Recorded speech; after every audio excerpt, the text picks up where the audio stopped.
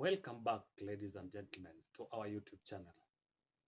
Today, we want to discuss something that happened over the weekend. On Sunday, President Ruto attended a church service in Bomet. Bomet is in Rift Valley, which is considered President Ruto's backyard. And during that service, two things happened. One, Energy CS Davis Chirchir was heckled.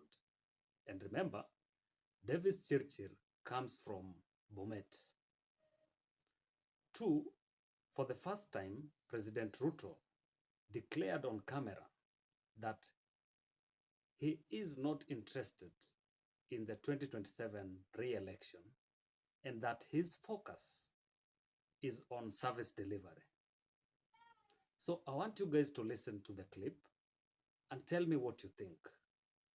Do you think that President Ruto is not focused on 2027, or is the kitchen getting too hot for President Ruto? Let's listen.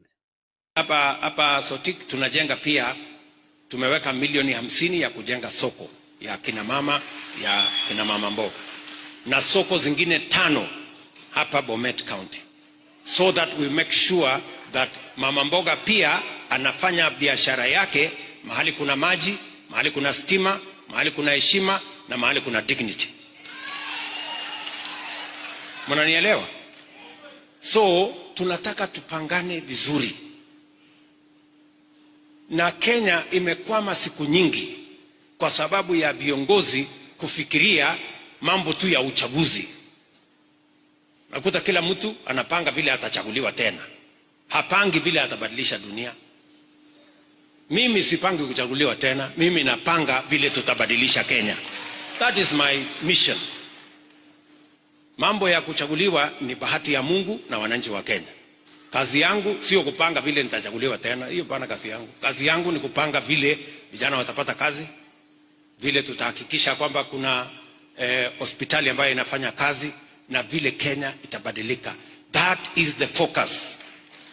We cannot continue to focus about the next election. We must begin to focus about the next generation. That is how we are going to change Kenya. Nyinyi mnanielewa jameni? So mimi nataka niwaambie watu wa Bomet, msikuwe na wasiwasi. Hii meli iko na nahodha ya kutosha. Na Kenya tutaibadilisha.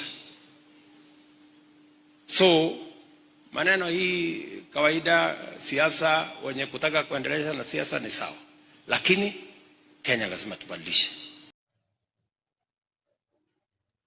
Ladies and gentlemen, the video that we've just played of the president's speech happened some minutes after Davis Chirchir was heckled by the Bomet residents.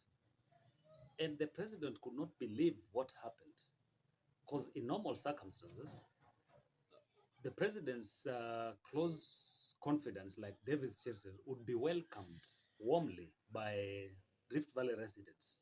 But in this case, the residents became very bold and heckled Davis Chirchir in front of the president. So it's like they were sending a message to the presidency that things are not sitting pretty well in his political backyard. And when the president tried to analyze this, he had to come up with something to defend his CS. And at some point, the president had to resort to talking in his mother tongue so as to calm down the Bomet residents. And in the process, he had to also defend his government in terms of service delivery. That is why he was talking about him concentrating on matters to do with service delivery. But the services that his government has been promising Kenyans, has been promising to improve, is what Kenyans are now criticizing, is what Kenyans are now looking at keenly. Take, for example, the cost of fuel, which is affecting the cost of living of many Kenyans. The cost of fuel has gone high, and as a result has affected the cost of living of many Kenyans. In the same week in Rift Valley, former KSS Member of Parliament, Alfred Keter, also boldly told off the president, and he called on the president to tackle the main issue here, which is the cost of living and the cost of fuel. I want you guys to listen in to the clip by former KSS Member of Parliament, Alfred Keter. You know, the problem with this country is tribalism. You want to have your own, and then they don't fix issues. Then you stick to your own. When your problems come to you, and take it to the bank. Come January, most children will not go to school because school fees has been hiked 3 times. This Christmas, very few people will eat Christmas. Halafu ukiuliza wanaambiwa ati wewe ni mkale, nyamaza. Wewe ni mkale kitu gani? Ukilala jioni na watoto wako wamelala njaa ni wewe peke yako. It's not everyone. And all the petrol stations are in watu wa opposition and government. If you are a sufferer, you are a sufferer. This government is worse than Uhuru Kenyatta government. In my own, what I think. In my own view. Ama namna gani? This is a worse government. Because Uhuru left fuel at 140, it is 210. And you know the last time, about a week, CS Chirchir, ambao ni mtoto wetu wa Bomet, akatangaza ati because of the war in Israel and Palestine, the fuel is going up to 300. If it was not for the opposition and the members of press and the media houses to expose them, because many other countries were making news saying that the fuel is coming down because of the same war. Ours is going up for the same war. Ndio wakawaja juzi hawakuongeza. This week they were increasing to 250. Alafu wanatutisha sana ati nini? Sijui wanatishana na mimi wasijaribu. Mimi unajua mkiniangalia hivi mnielewe vizuri. Mimi hakuna mtu anaweza nitisha hata kidogo. Na siogopi, wanajua, mpaka Ruto anajua. Sitishwangi na mtu yote.